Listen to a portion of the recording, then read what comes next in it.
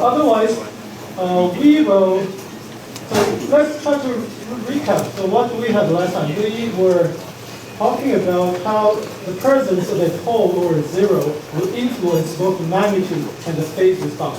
And we were seeing the example one single zero. So you have one single zero located at a certain frequency, that is an angle. Okay. You have one zero somewhere on the complex plane, maybe inside the unit circle. We had that example last time. How would that affect the magnitude response? And the answer is very simple to remember. Okay, the answer that whenever we have a zero somewhere, it pulls down the magnitude response. You should expect the magnitude response to have a dip, 凹下去, have a dip near that frequency. And it makes sense that the closer the zero is to the unit circle, the deeper that dip is. Okay, because we're talking about influence. This influence on what is the frequency response. Frequency response is just simply the transform evaluated, the system function evaluated on the unit circle, right? So you can expect that whenever we have a pole or zero closer to the unit circle, its influence on the frequency response will be the greatest. The closer it is to the unit circle, the greater the influence is. Okay? So that's the concept. So that's about magnitude response. And how about the phase response? So remember last time, toward the end, I was talking about this geometric interpretation. Did anybody remember that?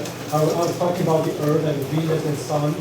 And Venus is going around the Sun, and you observe Venus from Earth. You see the angle will be going back and forth. That's a well-known property from astronomy. Okay? So I was showing you that actually the mathematics of our phase response when we have a single system that has a single zero. The phase response is exactly the same as the angle we are looking at Venus when it goes around the Sun. Same function, basically the same function. So last time,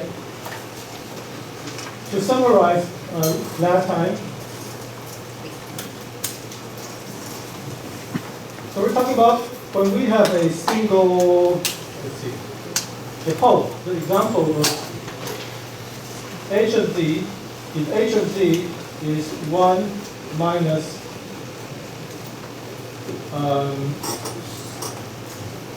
some kind of pole located at a complex number here. If this is our system function, then we expect, and let's denote ck as something r e to the j. What do we have? J theta.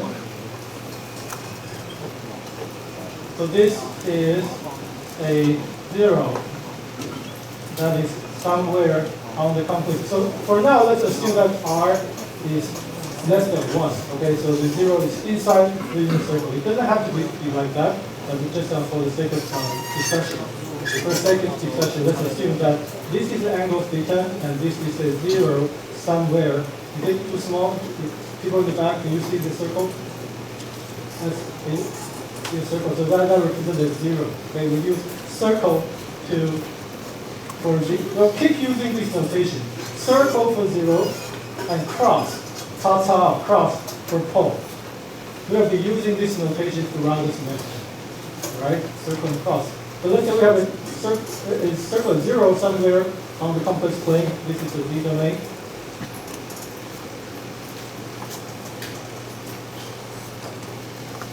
Then we expect to see the magnitude response having a dip. So this is the summary. It should reach a minimum near that frequency theta. Remember that theta is an angle, but an angle is a frequency on the unit circle. Okay? So that's the magnitude. You take it dB or not, doesn't really matter. So let's say we are taking dB, log magnitude. 20 log 10 of the magnitude response. It should have a minimum near frequency theta. And the zero also has an influence to the phase response. I've been using that geometric interpretation, or you can actually derive a closed form expression for the phase response global. Okay? I want to convince you that because of the zero, you should expect phase response to have a positive slope. But a positive slope near this theta, the same frequency. And elsewhere, the slope can change to negative. And there is a frequency range in which the slope goes positive. Okay, the slope of the phase response goes positive near the frequency of near the frequency theta. So in your homework, I was asking you, is there a conflict? Is there a contradiction? Now we see a positive slope of phase response, because we know that slope of the phase response will be telling you the sign of the group delay, right? But the slope is positive, the group delay is negative. But is it even possible for a causal system to have a negative group delay at a certain frequency? And here is an example, yes. The answer is yes, but is there a contradiction? That was on the homework. Okay? So we'll be taking a look at your homework, but the answer is that yes, it is possible to have negative group delay, even if the system is causal. Even if the system is causal, for a certain frequency, the group delay can be negative. The slope is positive. All right, so that's for a single zero. So now let's move on to the next case. The influence of a pole. How about a pole? If we have a system that has a single pole somewhere. So let's say, now, what if h of z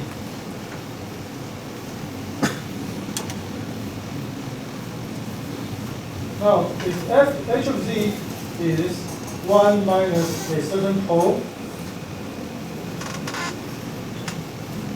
if this is our frequency response, right? Actually, this can be any factor b. Doesn't really matter. Maybe choose my. Without loss of generality, let's assume that the top part, the denominator is 1. Okay.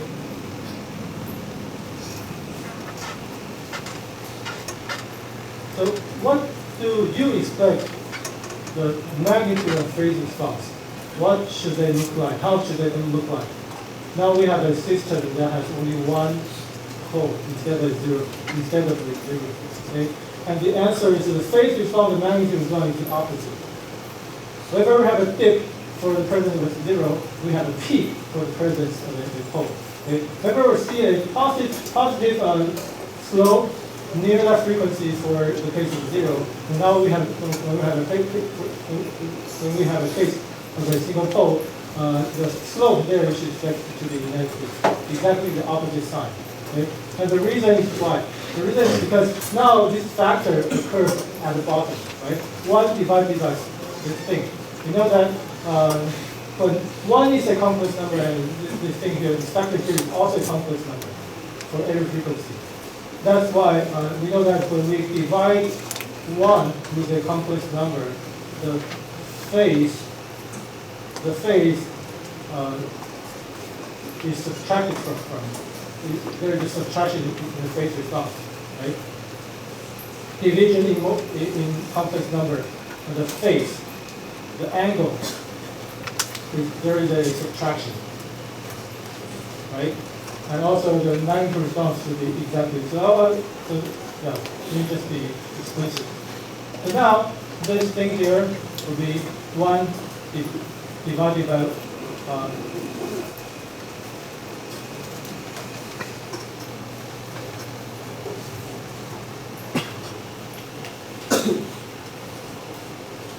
so now this factor occurs at the bottom of this expression.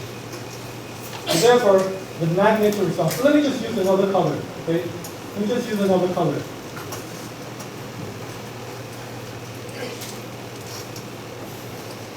Now, if this is our new system which has a pole, so we expect now the magnitude response to have a peak. Let's say if and where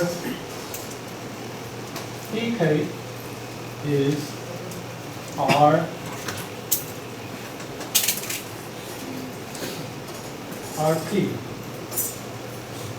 e to the same frequency, so e to the j theta. Now let's assume that the pole is somewhere at the same frequency, same angle. Let's assume that the pole occurs at the same angle theta. Okay, but now its distance to the origin is r, is denoted as rp. Okay, p stands for pole. Okay, is that clear? So in general, we should expect, because of the presence somewhere. Actually, let me move the cross closer to the zero, to the unit circle. Okay? Let me move it closer to the unit circle. And due to the presence of this pole, we expect the magnitude response to reach a peak, to have a maximum. This is important. Okay, important concept. When you have a pole somewhere near the unit circle, you expect the frequency response, magnitude response to reach a maximum. I just kind of drawing a sketch. Okay, it should reach a maximum at that angle, that frequency. Now, how about phase? Phase is exactly the opposite because now this factor occurs at the bottom. So the phase should be something like this. Okay. Any questions so far? Because the factor now is at the bottom, okay? Exactly upside down. So yeah, so this yellow line shows us the influence to the phase response as well as the magnitude response due to the presence. Because of the presence of the pole somewhere, maybe near the unit circle. And again, the same thing, when the pole moves closer to the unit circle, we expect the peak to go up, and we expect the slope to increase. Perhaps like this.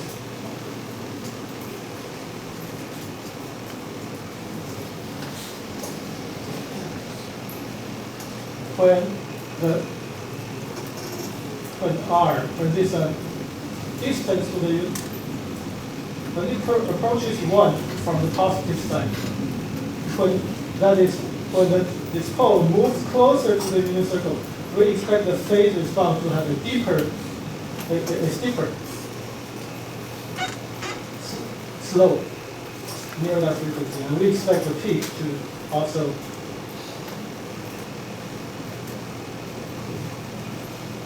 we expect the peak to also increase as the pole is moved toward closer to the unit circle. Okay? So these summarize the influence of the pole or zero to the magnitude and phase response because of their location. Any questions so far? That's kind of something. So today we move on to talk about all-pass system.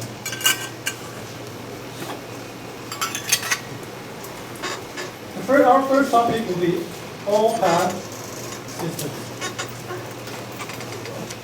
And our second topic, I think you may have time for this. Our second topic is now for every system, every causal and stable system, it turns out that we can decompose the system function into the product of two systems. One is called the all-pass system, the other is the minimum phase. So this title, the topic of this second part of today's lecture is all-pass minimum phase decomposition.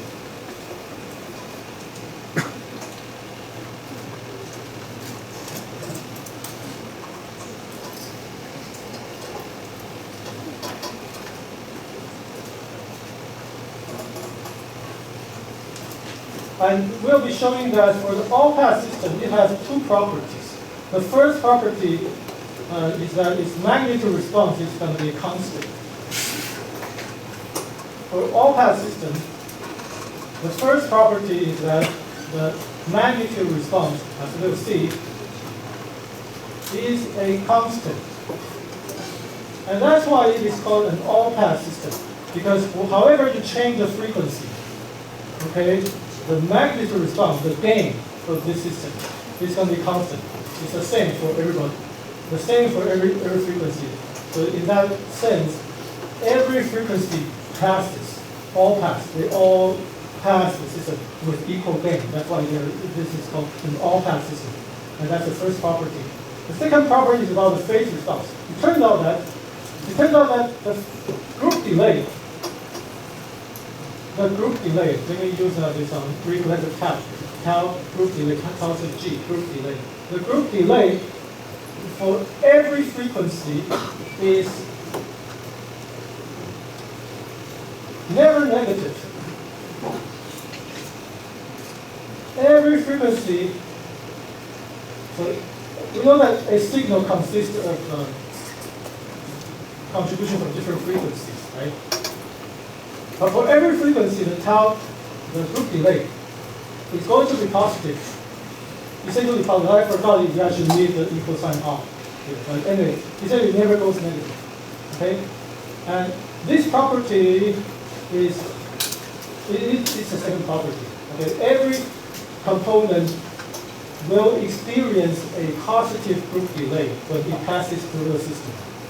So this situation never occurred. Okay? That situation never occurred. Okay, so these two properties are things I want you to remember after today's discussion. Okay? So now let's formally introduce what is an all-pass system.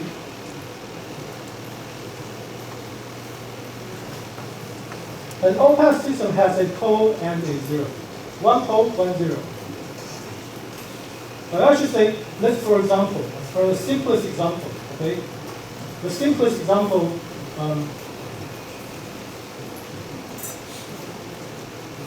in the most simple case, an all-pass, here is an all-pass system. I should say, here is an all-pass system.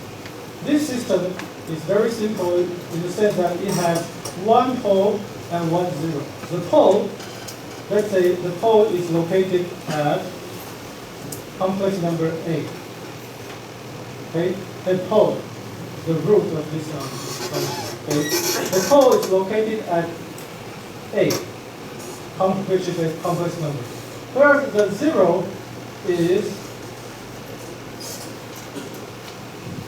so this is an expression, an explicit expression for an all-pass system. Okay, as an example, and we will show in a moment how do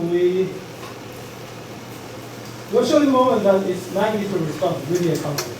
Okay, we'll show in a moment. It's not that hard to show. Okay, and this is one example of all-pass. But now I want to point to you that this symbol here represents complex conjugate. Okay, complex conjugate.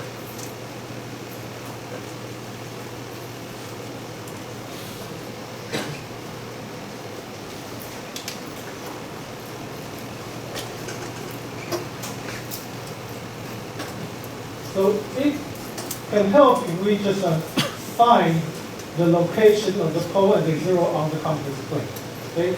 And it turns out that the location of the pole and the location of the zero are in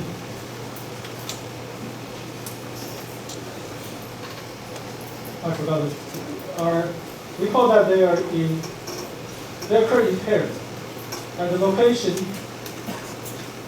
as a simple relation. Let me draw the picture first. Okay, so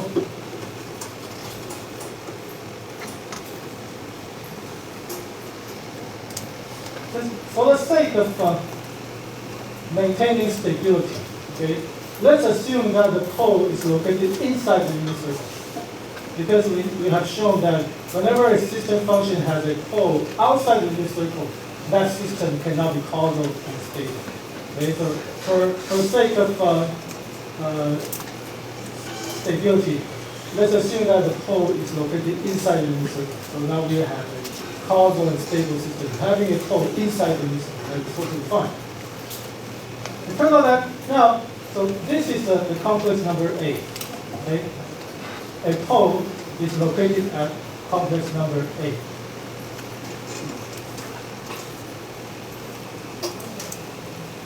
And it turns out that, so now the question is where is the zero? Where is the zero? Is the top part here, Z inverse minus A conjugate. Now where is the zero? The zero is located, so we say the pole, Zp, if Zp denotes the location of the pole, okay? We know that the location of the pole is A. And Z0, the location of the zero is actually, we need to consider when does Z inverse equal to A conjugate? That's where the zero is, right? When, how do we make Z inverse equal to A conjugate? And the answer is when Z inverse, for Z is 1 divided by A conjugate, right? So that's not hard. But to just discuss further, let's assume that A, right now the polar representation of A. So this time, let's assume that this is theta, and this is the polar representation for A. Okay? For any such complex number, we can also write down in a polar representation. So the pole is located at distance r, e to the j theta, and for the sake of stability, we assume the radius r is smaller than 1 inside the unit circle. The pole is located inside the unit circle. And it might not be so obvious, but it turns out that what is A divided by A? What is 1 divided by A conjugate? 1 divided by A conjugate turns out to be the same angle, e to the j theta, but now the radius is 1 divided by r. The radius is the inverse of that of the pole. And the radius, the distance of the zero to the origin, and the distance of the pole to the origin are exactly inverted. One is r, the other one is 1 divided by r, 1 over r. R, 1 over r. Not here? So this thing here, if this is inside the unit circle, this should be outside the unit circle. Not here? Okay? So now, I want you to remember that now for an all-path system, we need to put, when we write down the system function like this, it is already implied that we have a zero, a pole somewhere inside the unit circle. Okay, if you assume that the pole is inside the circle, then it is already implied in this expression that the zero is outside. The pole is inside, the zero is outside, and moreover, the distance, their respective distances to the origin, one of them is r, the other is 1 divided by r. So some people say that they are located, they are in inverted locations. Inversion. Because one distance is r, the other distance from here to the origin. This distance is 1 divided by r, 1 over r. And we say that they are located at the same angle, but the radius are inverted, exactly inverted. So that's how the expression tells us. Okay, this expression tells us that the location of the pole and the zero are exactly like that. Any question here?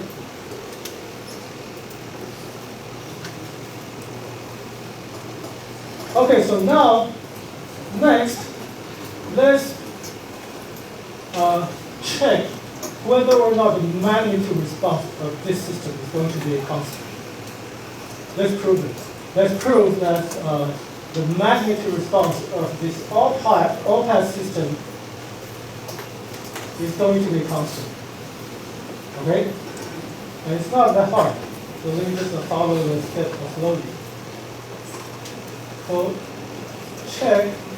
So our next thing is to check whether or not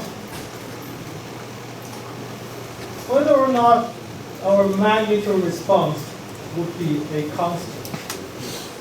Is it a constant or not? And here's the derivation.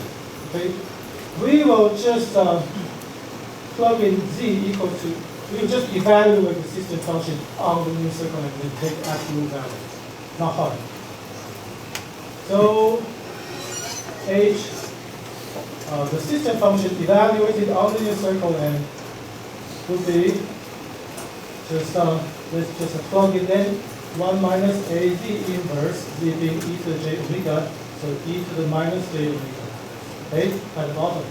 And on top, we have z inverse again, e to the minus j omega, that's z inverse. Minus a conjugate. So that's our expression. And we have plugged in e to j omega wherever we see z. Right? Not hard. But then, how do we move on? How do we move on? It's kind of tricky. Okay, let me just make this suggestion. I am going to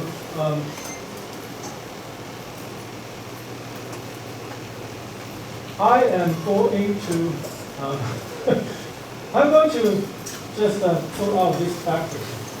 I'm going to extract this factor here and then 1 minus a conjugate. And here we have e to the j omega, right? That's on top. Let's just move this factor out with the parentheses.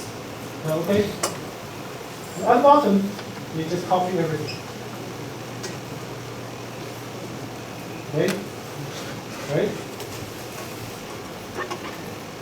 And it turns out that here, this is a complex number with absolute value with length 1.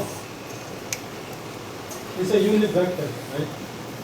So let's just move it out. Because now we have this factor multiplied with everything else, right? So we know that when complex number multiply, the magnitude, the absolute value also multiplies, right? So we can just pull out this factor here first, and then leave everything inside as they are.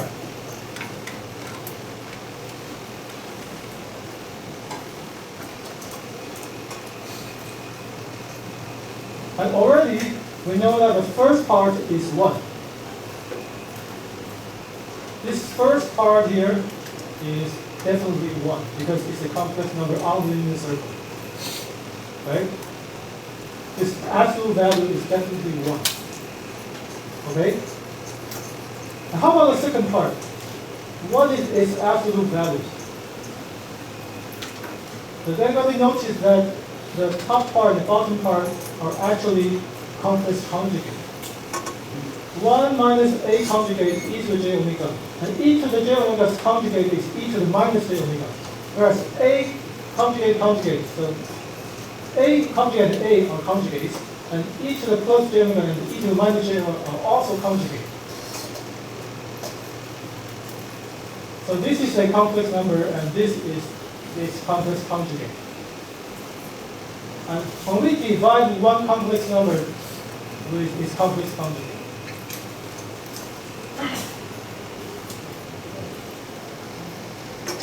what is the result?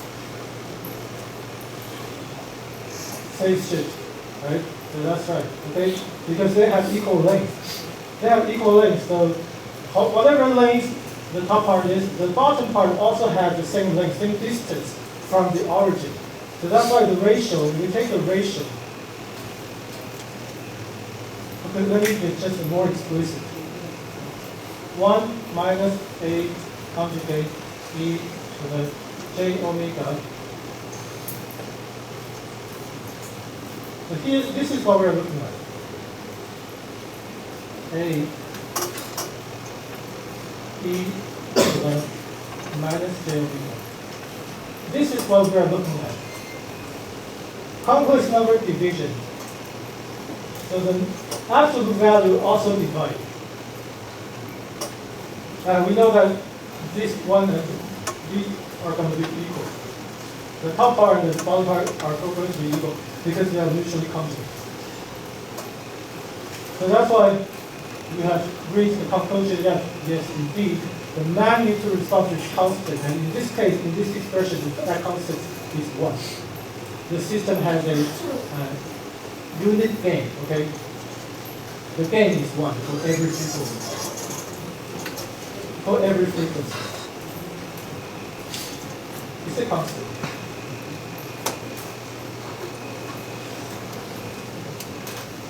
Any question here?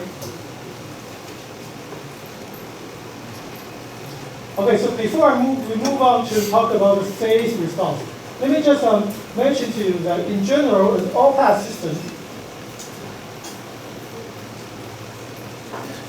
in general, if we want to have a system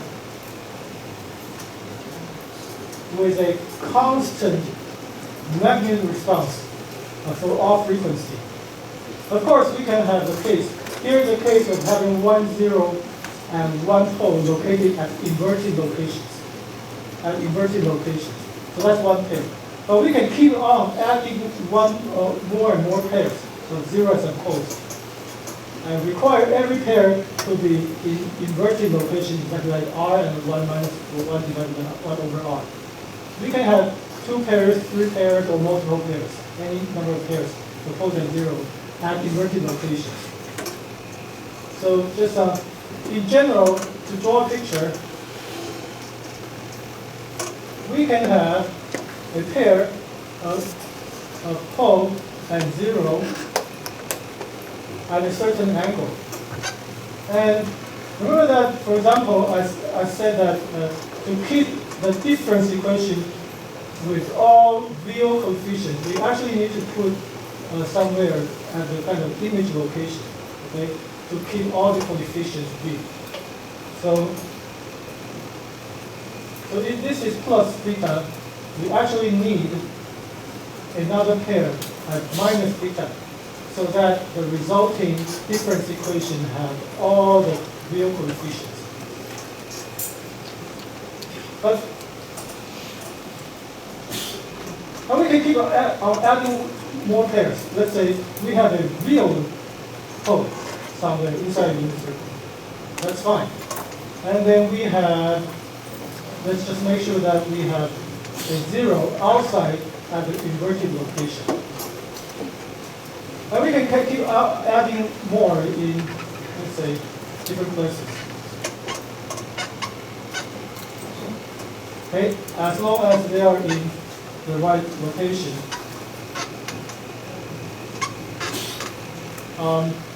And so on and so forth. Okay, so now we have a system with 5 poles and 5 zeros. All the poles inside the unit circle, all the zeros outside at inverted locations. And still, the overall system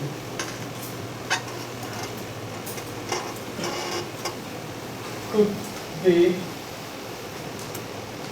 a product of, let's say, k equals to 1 from 1 to n. So many pairs of 1 minus AK D inverse minus AK conjugate.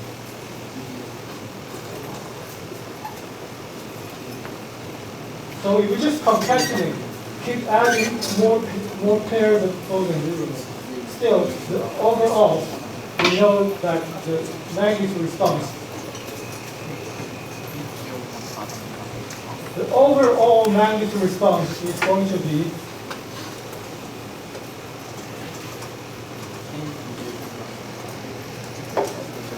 like this. You just multiply everything.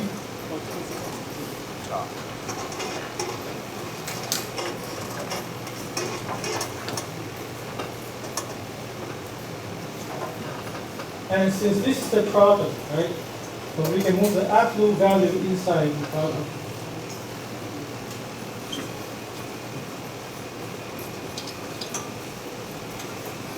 Move it inside the product.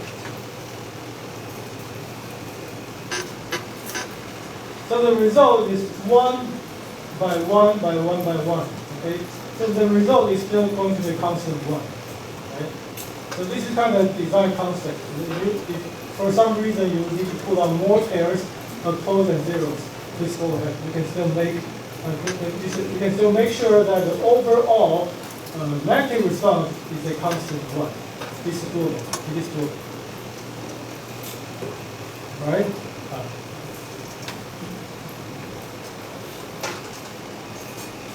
Okay?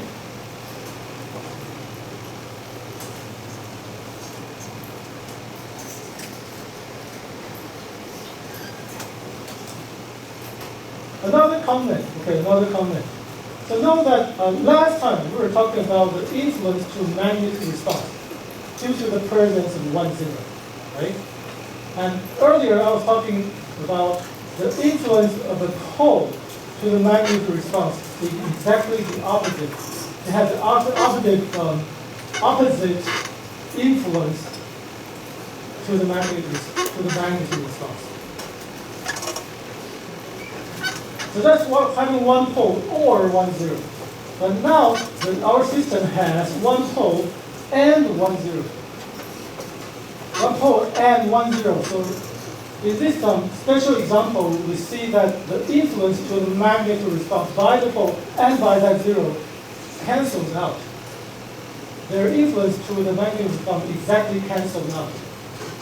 That's why, because 1 is, we say that a pole is pushing up the magnetic response, right? But the 0 is pulling down the magnetic response. And now their effect exactly cancels, so now we have a flat response. That's the meaning. Okay, this is a special case. It doesn't always happen. For that to happen, for their effect to be canceled out, we need to require them to be located at R and 1 over R respectively. So this is a special case when their effect cancels out. When their effect, their influence to the magnetic response cancels out. Okay? So that's the magnetic response. So let's move on to talk about the phase response. What is the phase response of this simple all-pass system?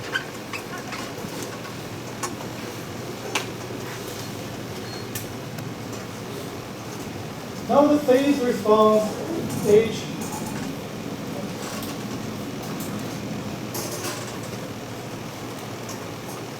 maybe you want to talk about the angle, okay? The phase. The phase is just still copy everything here. Everything over there. But now we want to look at the phase. So here we have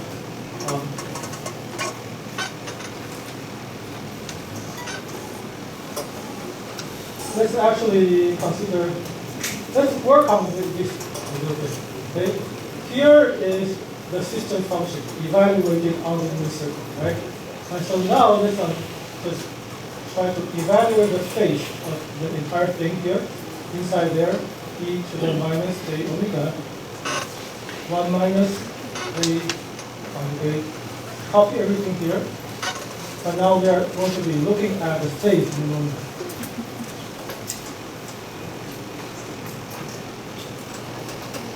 Okay, so now we are going to look at the phase response. Okay? And we know that when complex number multiply, their phase f. The phase f. So we just keep on doing it.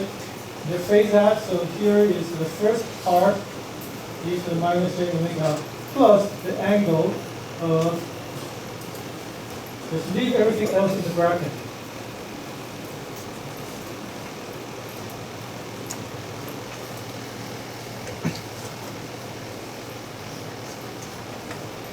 So that's our phase response.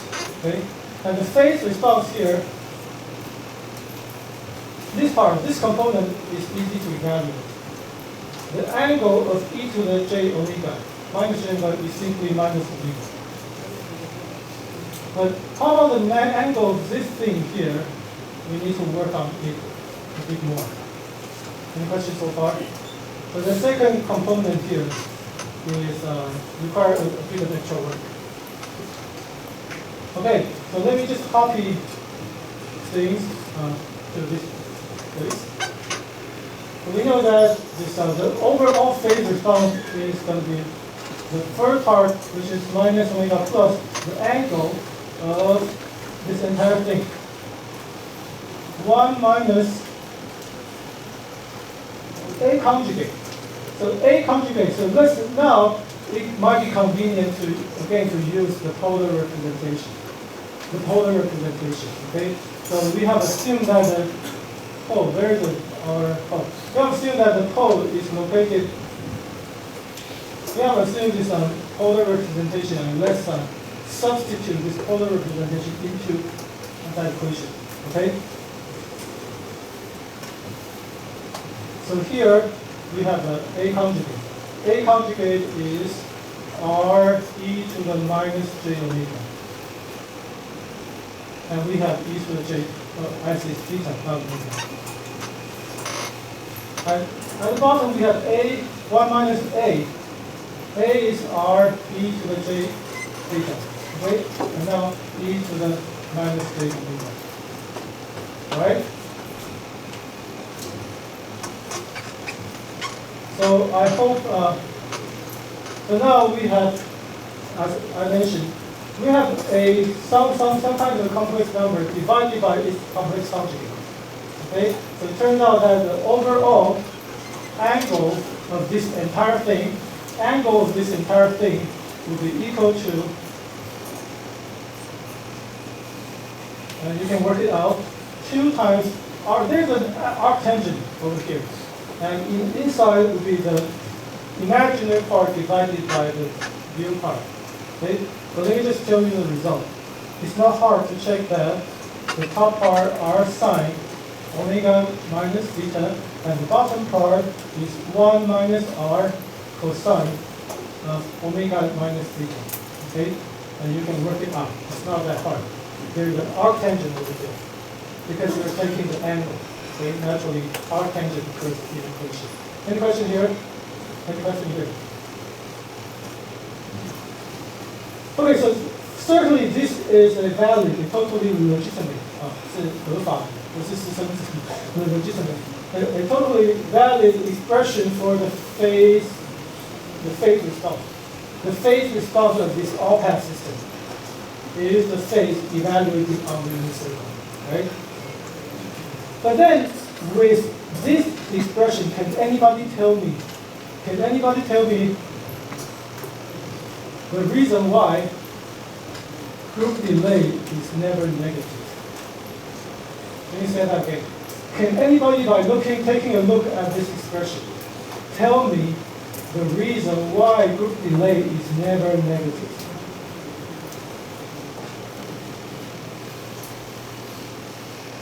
You said, really? There's an arctangent. Now, what is group delay? Can anyone tell me what is group delay? What is the definition of group delay? You all have worked on homework number 3, right? What is the definition of group delay? Group delay is what? This phase taking the first derivative, right? So can anybody tell me that I'll give you 10 minutes, give me a break, work out its first derivative with respect to omega and show me that that never goes negative. It's going to be very tedious. It's going to be a lot of work. Okay, good luck. Okay, so the question is, really, tell me this.